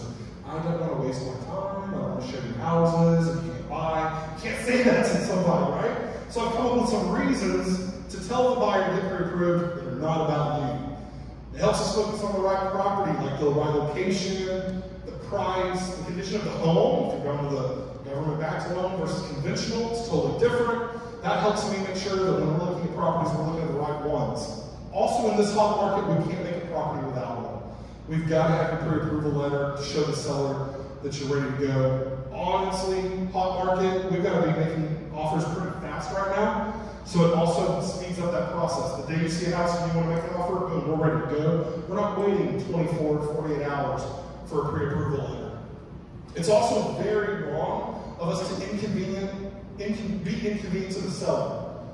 We need to be a little bit, respectful of their time, and if we don't actually have the ability to buy, we should not be asking them to step out of their house. In the event you couldn't qualify, it helps you begin the credit repair process sooner. So now all of these reasons have nothing to do with, I want to show you houses. Because that's all they hear. They don't understand the time management that we deal with as real estate professionals. They don't see all these reasons. You've got to be the one that highlights and points it out. I also think in your discussions with them, you want to be prepared if they have questions about the property. So of course, try to have your laptop or or device nearby. Be ready to pull it up. Oh, this property, it's actually already under contract. Be prepared. And it's already sold, we can go look at it. But there is a similar house right over here. Would you like to go take a look at it? Again, give them something of value. Oh, this property, it's in pre-foreclosure. Do you guys have pre-foreclosures here? You ever heard of that? Have you ever did these stupid inquiries on pre-foreclosure? Like, I get them all the time. And I'm not even like part of Zillow anymore, okay? I don't pay them 1 penny anymore. And I still get asked about pre-foreclosures all the time.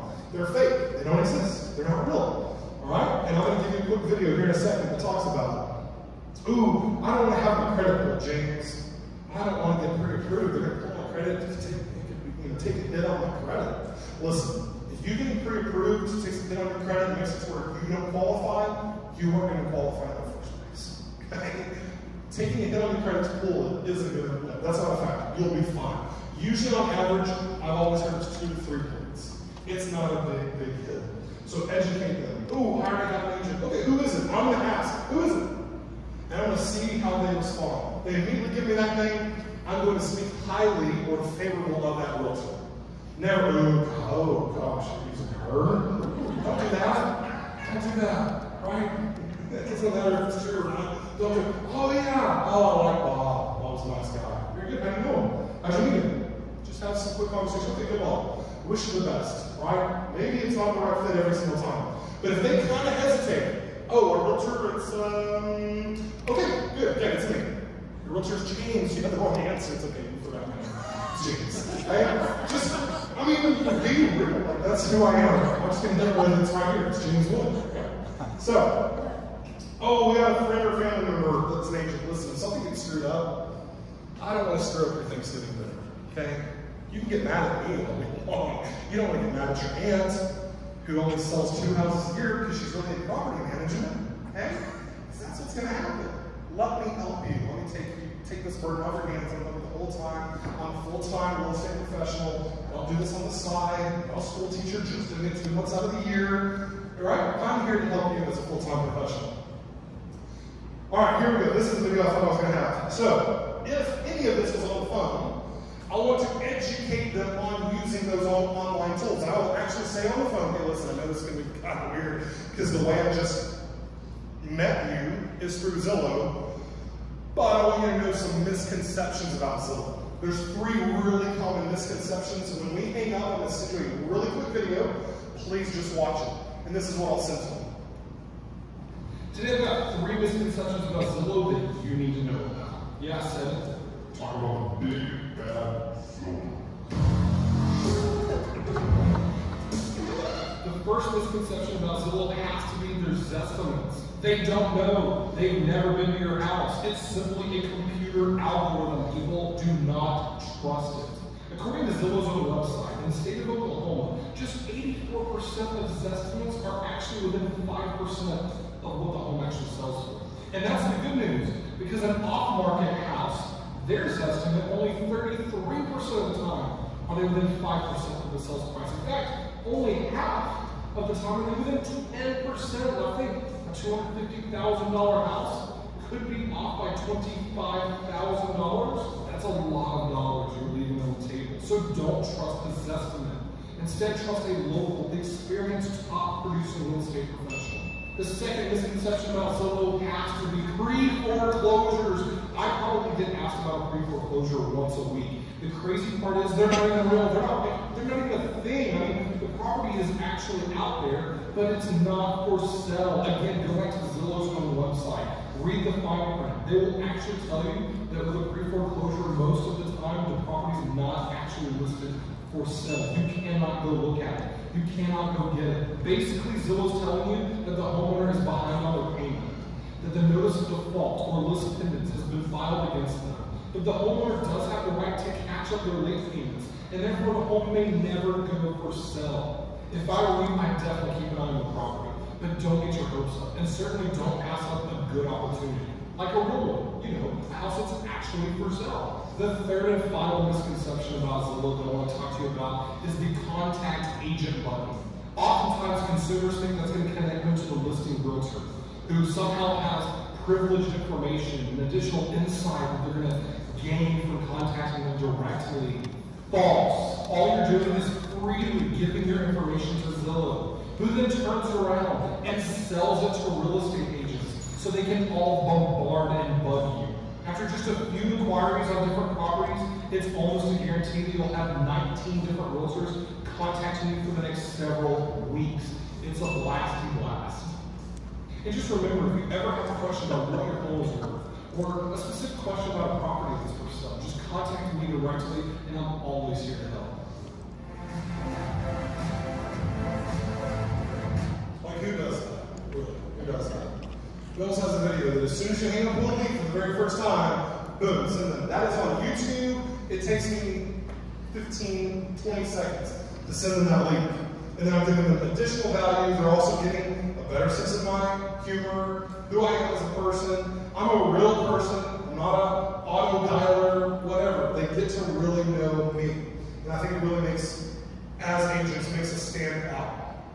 All right, moving on to the third and final part. We talked about listings, then we talked about lead generation, now open houses. When I got started, again, not knowing anybody, I did 4 every single weekend. The only weekends I took off were like holiday weekends. 4th of July, Labor Day, that was about it. I worked every single weekend, 2 on Saturday, 2 on Sunday. I think I would usually do 12 to 2 and 3 to 5.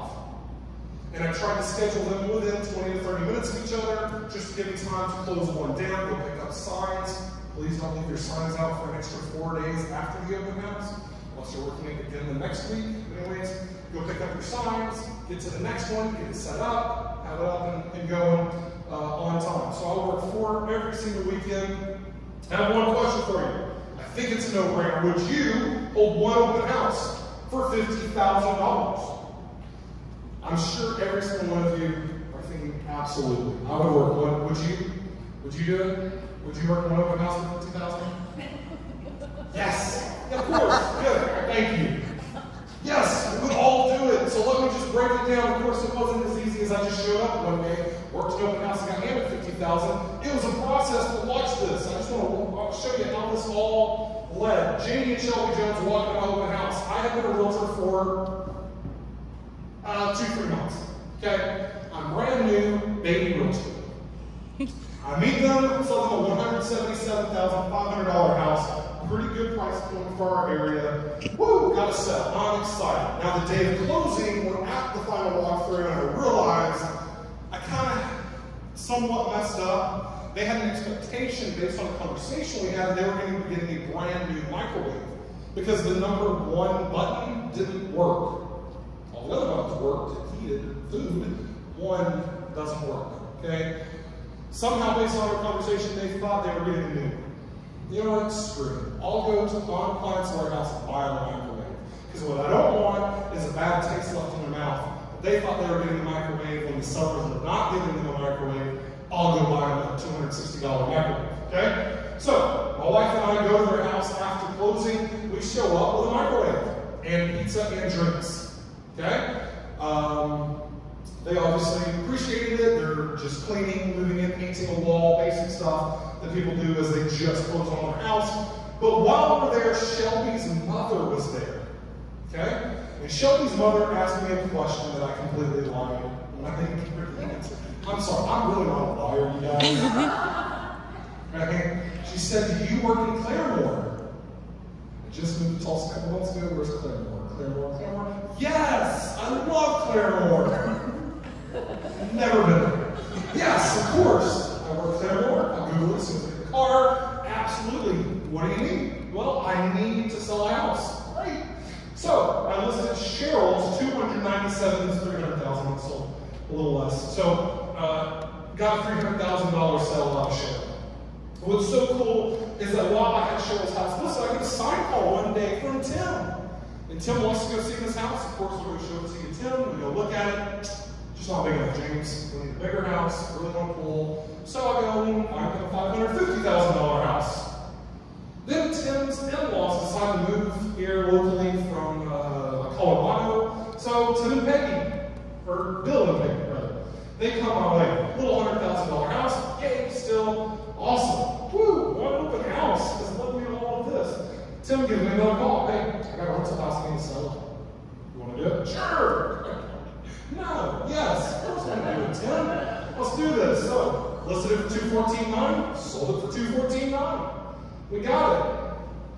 Then, JD and Shelby call me. Work has decided to transfer me to Canada. I need to sell my house. Perfect.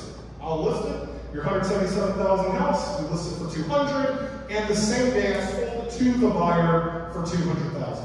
Get both sides of that deal. One open house. Just showing up. You know, I really believe a big part of my success isn't the videos. A big part of my success isn't my amazing personality. Okay, thanks. It's really just showing up. Like sometimes you have to show up. And sometimes you have to put in 150% effort and energy into everything you're doing. Thank God that day I showed up. I worked an open house. Thank God we connected. Thank God I took him a microwave. I didn't want to spend $260 on the microwave. It was what, my third closing in my career. I'm still counting every penny at that point. But I felt like it was the right thing to do. Man, am I glad that paid off, okay? So open houses, here are a few things I always take with me. I always take this notebook right here, okay? I always take this with me. This is where I capture everybody's information. I also take, of course, data sheets and information, my iPad or my iPad with me. I like to take active comparables. I love it, or not love it, but I'm prepared. When somebody walks into my open house and, well, I'm going to ask them for feedback, by the way. At the very end, go take a tour, let's catch up at the end, and as they're walking, as they're ending their tour, because I'm not a tour guide, okay, it's not a maze, we'll figure out the layout of the house. I give them some space, they don't get to know me, but I'm about to come their guy, all right, they just don't know, okay? So, I have active comparable properties ready to go, because when I say, tell me what you thought of the house, just honest feedback, it's not my house, I'm not gonna hurt my feelings, I want the truth, like it, love it, hate it, what you think? Get them talking. And usually that conversation you'll learn, it just wasn't quite right. We really need an office, we really want a bigger yard, blah, blah, blah, whatever, okay? I am then going, oh great, okay, bigger house, okay, look, what do you think about this? This one just got listed, 4 days on market. Have you seen this one yet? If you haven't, I'd love to set it up for you. Guys, I think this strategy I'm talking about at one open house, and I converted 3 or 4 clients off of it. Every single one of them sold with me. Even some of them already called me back from 4 years ago. Just be prepared. Hey, I get done at this open house today at 5 o'clock. The house down the street's for sale. Have you seen it yet? No? 5:15? Meet there? Of course you're like, yeah, let's do it. What else are we gonna do? So, that's what I'll do. Business cards. I think that's a no-brainer. Business cards. You can come check these out later. I think my business cards are just a little bit different. Okay? They're like super shiny. I'm not recommending this, by the way. If you're a brand new realtor, this might not be the area you want to spend your dollars. But at some point, if you're looking for the instant wow factor, okay, then come check these out later. I've got them where they're like die cut and shiny and all this stuff. Usually I always get the response, wow, that's like the nicest business card I've ever seen. To which I will then say, actually, when you hire me as your realtor, right? Sellers or buyers. Yeah, I think that's cool. Wait till you hire me. So I'm gonna have a business card. I'm gonna have a flyer of the house. The front, all about the house. Normal flyer. Back side, all about me. These are the areas I serve. These are a couple of stats about me. I can set up a free custom home search. I'm going to give them just some basic info. That way when they're driving in their car to the next open house, because you know they didn't just come to yours on the drive, you know they're going to another open house, they're going to have a lot of information to read about me and the different things I can help them with. I'm going to have a copy of my buyer's guide with me. And I'm going to have some consulting widgets here, okay? God has some music in the background. I think open house consistency is the key. When you only work 1 or 2 here or there, they suck. You don't convert. They're a waste of your time, and I would agree with you. If you only work 1 here and there, you're not going to see anything profitable. When you decide to commit to 2 every weekend, 4 every weekend, whatever your number is, whatever your schedule allows, there's no way you can look me in the face and tell me they don't work. There's no way. I built my business off of open houses and online leads. They absolutely work. You just got to do it and stick to it. Have a lot of signs out. Signs, and more signs. Perception is everything. And the more signs you have out tells individuals that's more business that you're doing. It doesn't matter that it's just 2 or 4. I mean, imagine if you're doing 4 different subdivisions in one weekend. And you've got 40, maybe 50 different directional signs out with your name and your photo. People are driving, they just keep seeing you everywhere. Oh, you just got any comments for people to go to church with me. I just keep seeing your stuff out. Yeah, it's because I'm doing 4 different, I'm doing a 150 house, I'm doing a $190,000 house, a 250. I'm mixing it up. So I'm specifically getting into different subdivisions in different parts of the town. I'm going to make sure that, of course, I'm covering online. Hey, if you don't have inventory, if you don't have listings, that is not a reason to not do open houses. You've got realtors in your office who have listings. Call them. Call up one of the realtors in your office. Hey, I'd love to hold this open. Okay? Absolutely. Get it set up. Borrow somebody else's inventory. And then make sure my advice, set your criteria and stick to it. When I was newer, I personally refused to work open houses over 250. Back then, the average was about 160 or so, and I felt like I was in over my head, right? I might get asked about this house's HVAC, and I'm not prepared for that. Okay?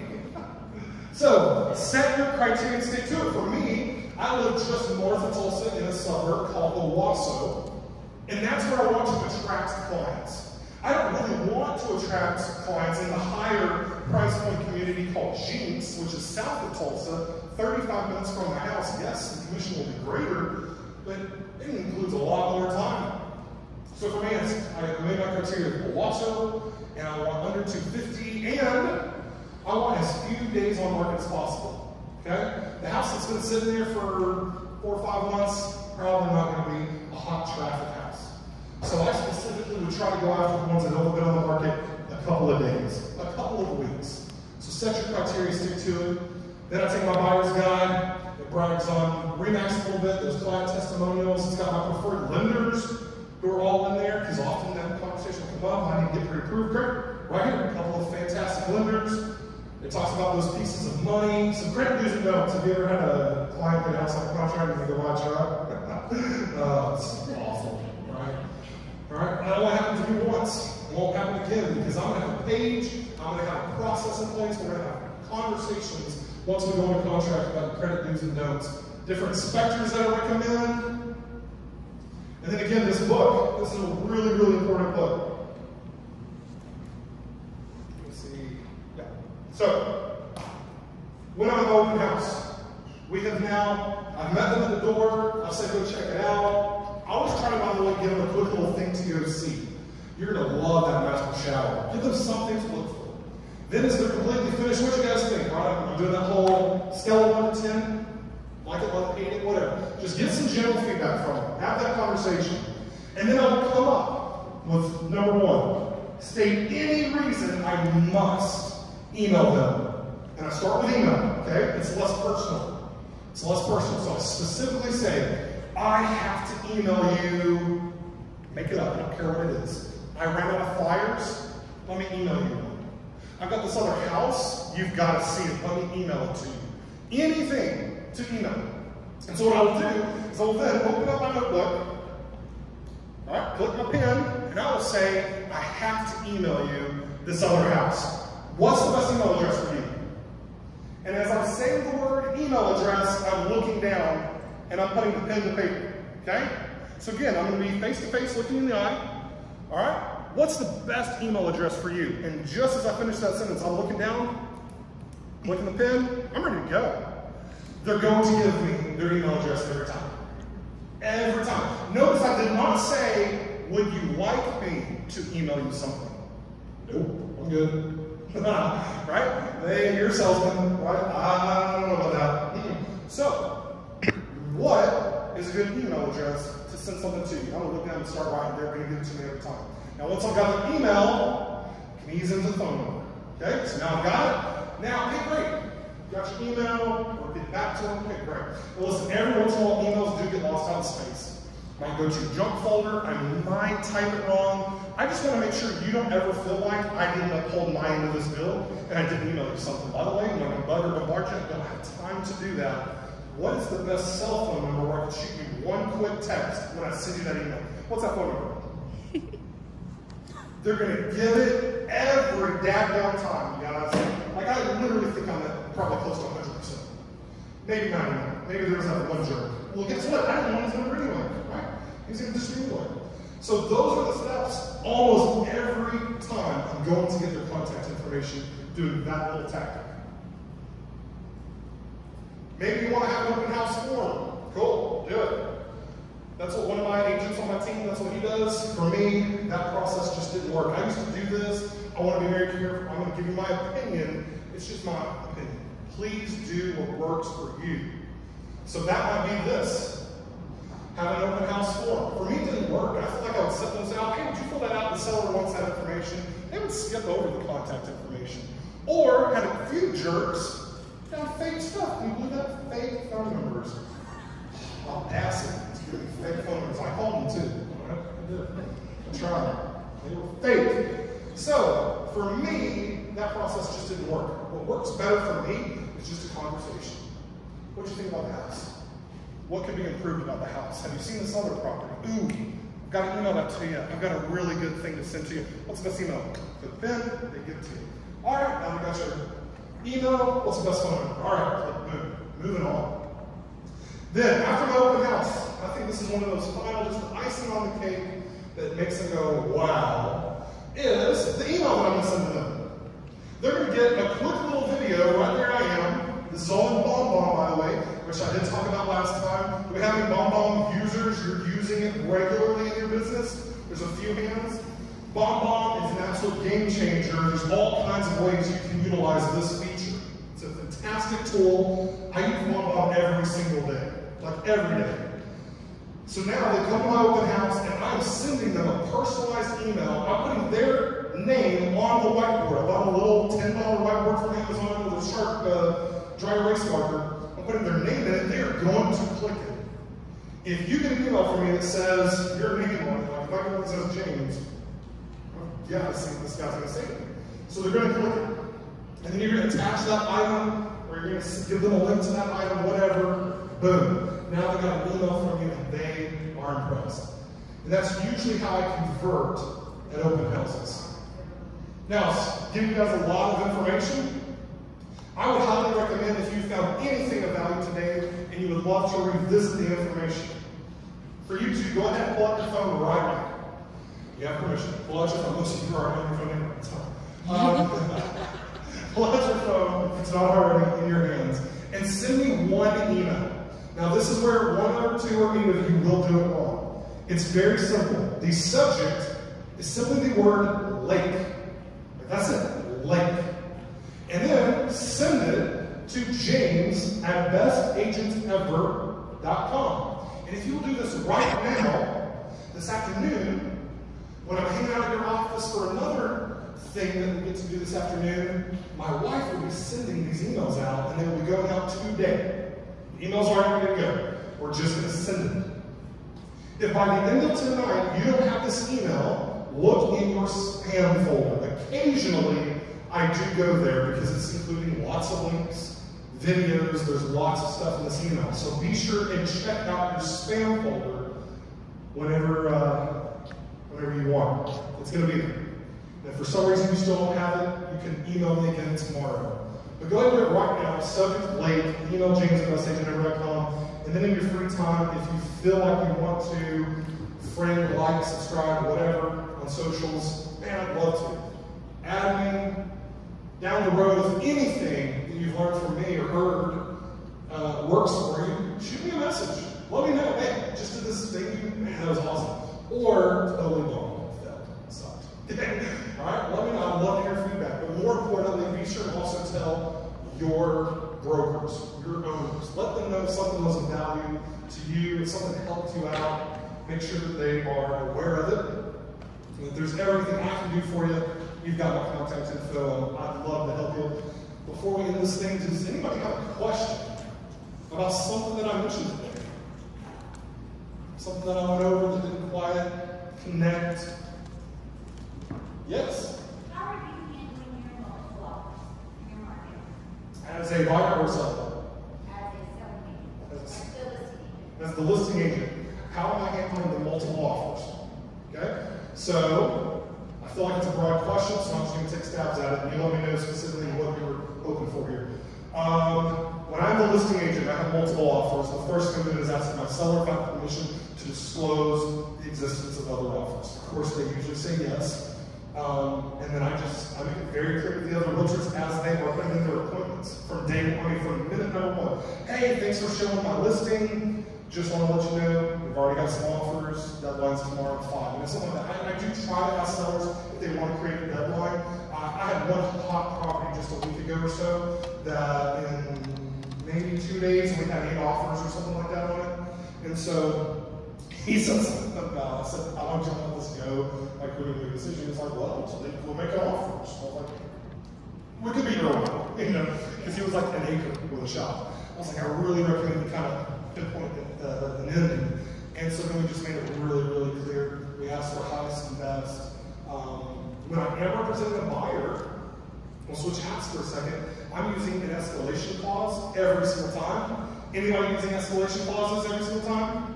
2 or 3 of you? So what I have found in our industry is that so many realtors aren't familiar with escalation clauses. So I really encourage you guys to do a little education on that.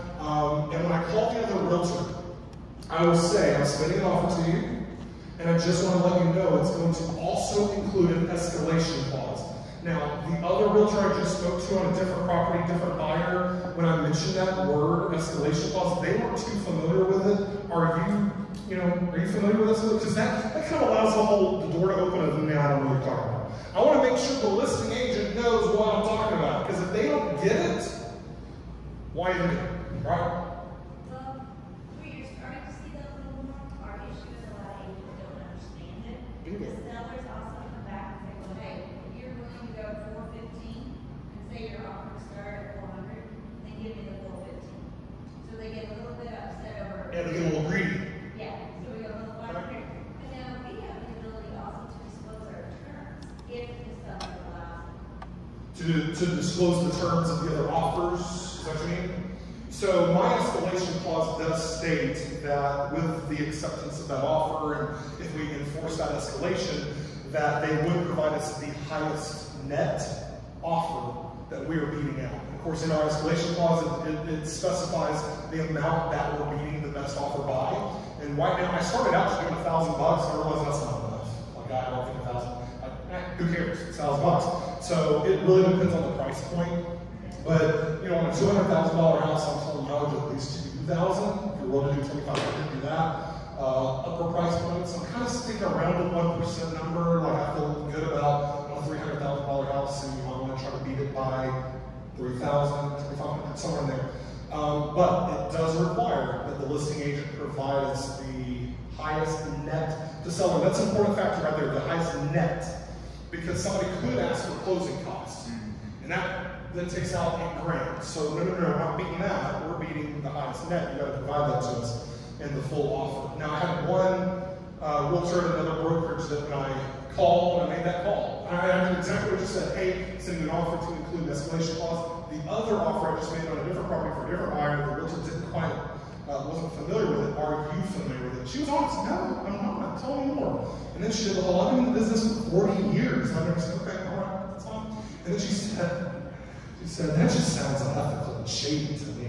I said, okay, well, I believe that when I'm a listing agent, so I'm not telling you what to do, because I don't want to try to act like I know more than the other one, trying to offend them. Just listen. When I am a seller, representing a seller, I know that my goal is to get them every dollar I can get for them.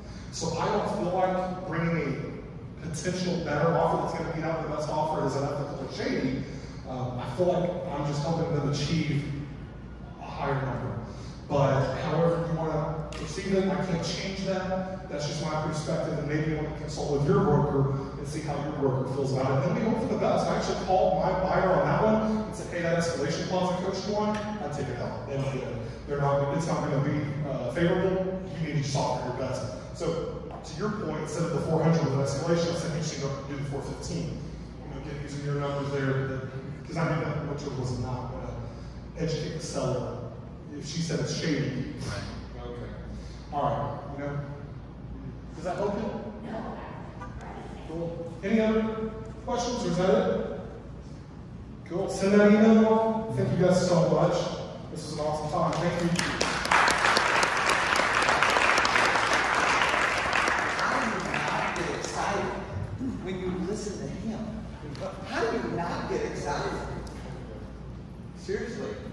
Did anybody have anything that you're going to walk out of here like any to-dos? There's a couple to-dos. How about anything that we should do? Not a to-do, maybe a should do. There's something that he did. There's something that he does with everything he says. You've been sitting here 2 hours, but I want you to think about this. Everything that he brought to us, every segment, every tidbit, every whatever, you did 2 things with every one of them. You did every single one of them with conviction. You did every single one of them with confidence. He said when he started, you fall down, what'd you say? Yeah, you're gonna fall on your face a lot. But instead of being down and out about it, learn from it, don't make that mistake again. And these guys are totally tired of us preaching, okay? But they took their time. Their time is worth money. You sat here, you deserve to get something out of this. So we have to take advantage of what he does with everything. We have to mirror that. So you don't get overwhelmed with all this stuff. You don't. You pick a time later today, maybe tomorrow. You take your list and your notes, and then you prioritize. And you come up with 3 things. You come up with 5 things, whatever. But then you, out of your 5, you circle 1. Just 1. And then with conviction and confidence, you do it. You try it. You input it. Own it. And then it will become habit. You'll do it over and over, and then you'll see results. Yes. But you won't see results if you don't. So we're thankful. We're passionate. We're excited that you came because we all get massive stuff out of this. I sent your email, and I want you to read mine. Okay. You changed people here. You did something. That's awesome. We're going to get something out of this, and I want everybody to get something out of this. I get super excited and real pumped, and I haven't let you say a word, and I'm so sorry. But seriously, make something of what he did. We appreciate you. It's unbelievable. There's a lot of stuff there. But, you know, and I know a lot of you guys are looking at, well, I can't do that. I can't do cool videos like that. I'm not that witty. I'm not that smart. I'm not that good looking. I don't have a team behind me. But here's the reality. It's not all those things that make you successful. It's that he's fearless. It's that he is doing, Jeff said, you just got to do it. It's the people that do it. It's it's that saying of my bad video outperforms your no video every time. And so that's one of the things, the confidence and the enthusiasm and the just do it. I'm telling you, you guys will be as successful as you want to be. So James, thank you so much. Amazing. We appreciate you guys. Thank you.